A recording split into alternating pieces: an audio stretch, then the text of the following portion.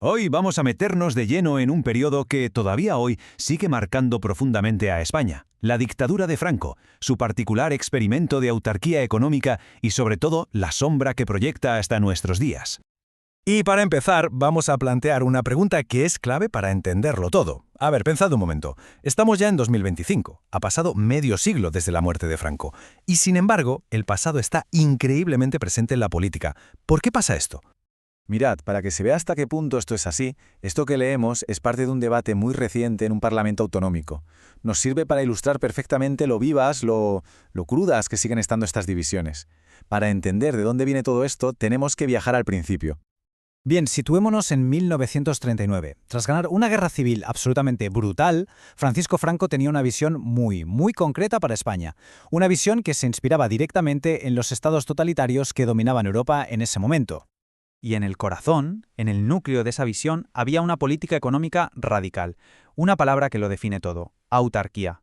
La idea era básicamente que España tenía que ser completamente autosuficiente, aislarse del comercio internacional para, en teoría, proteger su soberanía y su total independencia.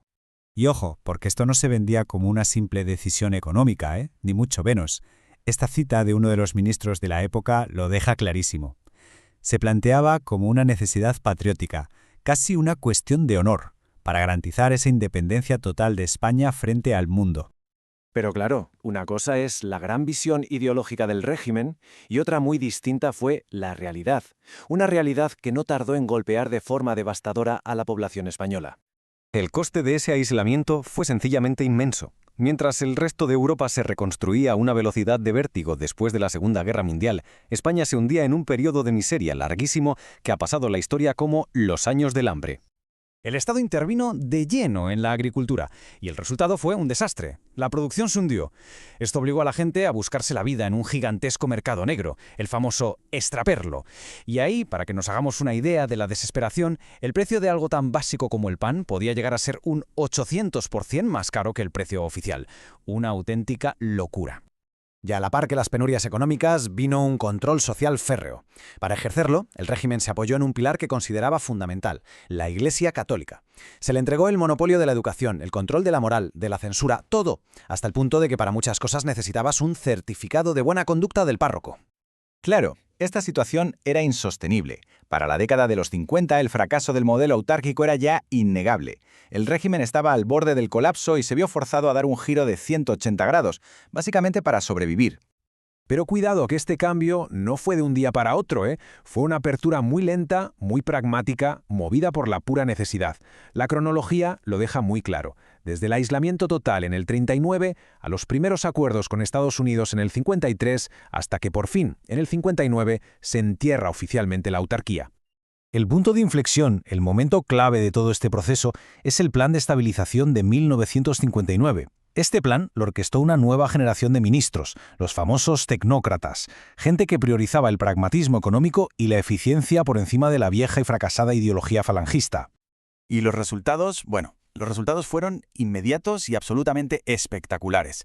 Dieron el pistoletazo de salida a un periodo de crecimiento rapidísimo que se acabó conociendo como el milagro económico español. Pero, y este es un pero gigantesco, esta apertura económica no sirvió para cerrar las profundas heridas políticas y sociales que habían dejado la guerra civil y casi 20 años de dictadura.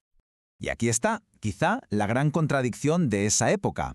España estaba modernizando su economía a toda velocidad, abriéndose al turismo, a la inversión extranjera, pero políticamente seguía anclada en una dictadura. Esa tensión entre una economía cada vez más europea y un sistema político aislado se mantuvo intacta hasta la muerte de Franco.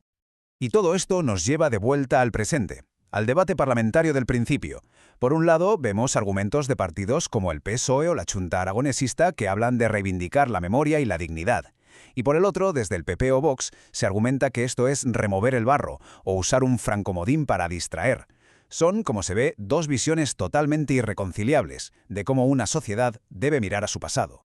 Al final, el experimento económico de la autarquía terminó hace muchísimos años, sí, pero el debate sobre su legado, y sobre todo sobre el legado del régimen que lo impuso, ese debate sigue muy vivo y, nos guste o no, sigue dando forma a la identidad de la España de hoy.